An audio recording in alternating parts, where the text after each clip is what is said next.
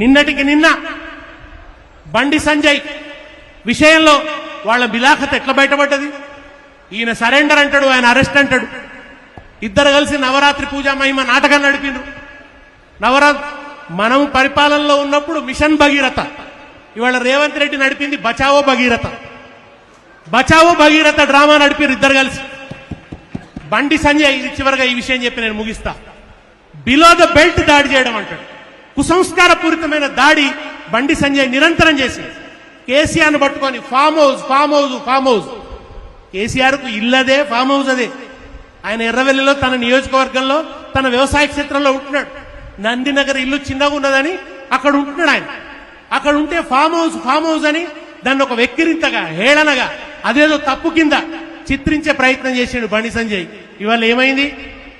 నీ farm house లో జరిగిన నాటకం బయటపడ్డది. నీకు అదే ఫామ్ హౌస్ పామై మెడ చుట్టుకున్నది. నువ్వు ఇంకెవరినో ఫామ్ హౌస్ పేరిట బదనాం చేద్దాం అనుకుంటే నీ ఫామ్ హౌస్ నాటకం బయటపడ్డది. కేటీఆర్ ఎన్నడు ఒక్కపొడి దినంగా కూడా నేను చూడలేదు. కేటీఆర్ ఎన్నడు సిగరెట్ తాగింది లేదు. మందు ముట్టే మనిషి కాదు. విద్యావంతుడు, రేషనలిస్ట్, ప్రజల పట్ల పరితాపం ఉన్నటువంటి వాడు. ఆయనను పట్టుకొని డ్రగ్స్ డ్రగ్స్ డ్రగ్స్ అని ఒక దుర్మార్గమైన ప్రచారం, ఓ బట్టగాల్చి మీదేసే ప్రచారం. ఇవాళ అసలు డ్రగ్స్ ఎవరిని బయటపడ్డది? డ్రగ్స్ ఎక్కడ బయటపడ్డాయి? ఇవాళ ఎవరి కేసులో డ్రగ్స్ ఇన్వాల్వ్ అయి ఉన్నాయి? చివరికి పుట్టుకల గురించి మాట్లాడినాడు. అంతకంటే అసహ్యమైన చర్చ ఇంకోటి ఉండదు. హైందవ సంస్కృతికి ప్రతినిధులు అని చెప్పుకునే వాళ్ళు స్త్రీలను అవమానిస్తూ మహిళల ఆత్మగౌరవాన్ని దెబ్బకొడుతూ పుట్టుకల గురించి మాట్లాడాడు. కానీ చివరికి ఏమైంది? తండ్రిగా నా పేరు చెప్పొద్దు అని ఆర్డర్ తెచ్చుకున్నాడు.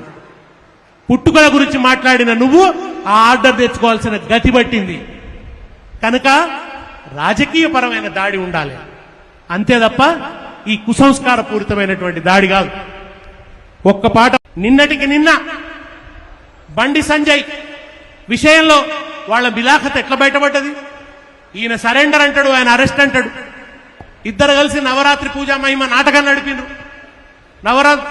మనం పరిపాలనలో ఉన్నప్పుడు మిషన్ భగీరథ, ఇవాళ రేవంత్ రెడ్డి నడిపింది బచావో భగీరథ. బచావో భగీరథ డ్రామా నడిపారు ఇద్దరు కలిసి. బండి సంజయ్ ఇది చివరిగా ఈ విషయం చెప్పి నేను ముగిస్తా.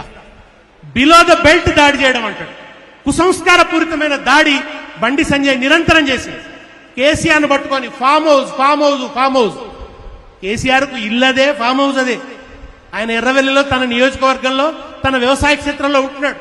నందినగర్ ఇల్లు చిన్నగా ఉన్నదని అక్కడ ఉంటున్నాడు ఆయన. అక్కడ ఉంటే ఫామ్ హౌస్ అని దాన్ని ఒక వెక్కిరింతగా హేళనగా అదేదో తప్పు కింద చిత్రించే ప్రయత్నం చేసాడు బండి సంజయ్. ఇవాళ ఏమైంది? నీ ఫామ్ హౌస్ లో జరిగిన నాటకం బయటపడ్డది. నీకు అదే ఫామ్ హౌస్ పామై మెడ చుట్టుకున్నది. నువ్వు ఇంకెవరినో ఫామ్ హౌస్ పేరిట బదనాం చేద్దాం అనుకుంటే నీ ఫామ్ హౌస్ నాటకం బయటపడ్డది. కేటీఆర్ ఎన్నడు ఒక్కపొడి దినంగా కూడా నేను చూడలేదు. కేటీఆర్ ఎన్నడు సిగరెట్ తాగింది లేదు. మందు ముట్టే మనిషి కాదు. విద్యావంతుడు, రేషనలిస్ట్, ప్రజల పట్ల పరితాపం ఉన్నటువంటి వాడు. ఆయనను పట్టుకొని డ్రగ్స్ డ్రగ్స్ డ్రగ్స్ అని ఒక దుర్మార్గమైన ప్రచారం, ఓ బట్టగాల్చి మీదేసే ప్రచారం. ఇవాళ అసలు డ్రగ్స్ ఎవరిని బయటపడ్డది? డ్రగ్స్ ఎక్కడ బయటపడ్డాయి? ఇవాళ ఎవరి కేసులో డ్రగ్స్ ఇన్వాల్వ్ అయి ఉన్నాయి? చివరికి పుట్టుకల గురించి మాట్లాడినాడు. అంతకంటే అసహ్యమైన చర్చ ఇంకోటి ఉండదు. హైందవ సంస్కృతికి ప్రతినిధులు అని చెప్పుకునే వాళ్ళు స్త్రీలను అవమానిస్తూ మహిళల ఆత్మగౌరవాన్ని దెబ్బకొడుతూ పుట్టుకల గురించి మాట్లాడాడు. కానీ చివరికి ఏమైంది? తండ్రిగా నా పేరు చెప్పొద్దు అని ఆర్డర్ తెచ్చుకున్నాడు. పుట్టుకల గురించి మాట్లాడిన నువ్వు ఆ ఆర్డర్ తెచ్చుకోవాల్సిన గతి పట్టింది. కనుక రాజకీయపరమైన దాడి ఉండాలి, అంతే తప్ప ఈ కుసంస్కార పూరితమైనటువంటి దాడి కాదు. ఒక్క పాట.